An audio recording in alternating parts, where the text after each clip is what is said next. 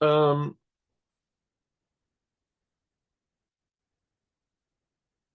the Lubavitcher Rebbe was very novel. I mean, these things, like the things that we're reading in Likkutei Torah. One of the big messages, of course, of the Rebbe is what we just finished learning, that God wants to have a dwelling in this physical world. In this physical world. God wants to be revealed here in the physical world. So one of the Rebbe's followers, I don't know if it was J.J. Hecht, I don't remember who it was, but anyway, one of the Rebbe's Chassidim was invited to participate in a meeting of, I think it was Agudat Yisrael or something in America, of all the honorable rabbis in America. Hundreds and hundreds of people were there. And so, and there's also a lot of people that oppose Chabad. Here's the thing. There's you hear the sirens? Siren.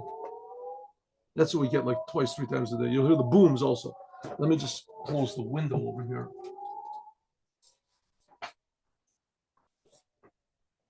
All right. I'm going to have to move a second.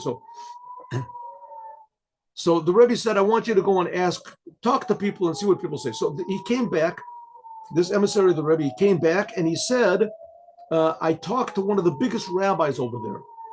And he said, so he said, what did he say? What did you talk about? He said, well, he said that there's 2 big reasons why he disagrees with the Lubavitcher Rebbe. One of them is why does the Lubavitcher Rebbe not consult all the other rabbis when he does things? All of a sudden he says, you got to go out and put a tefillin on people. No one says anything like that. Go out and put a tefillin on the street. All of a sudden he says, everybody has to learn the Rambam. Everybody has to learn Chassidut, these Chassidic deep ideas. Nobody agrees with that. Why doesn't the Rebbe consult other rabbis first before he makes these decisions and announcements? And another thing he's complained, he said, I have another complaint.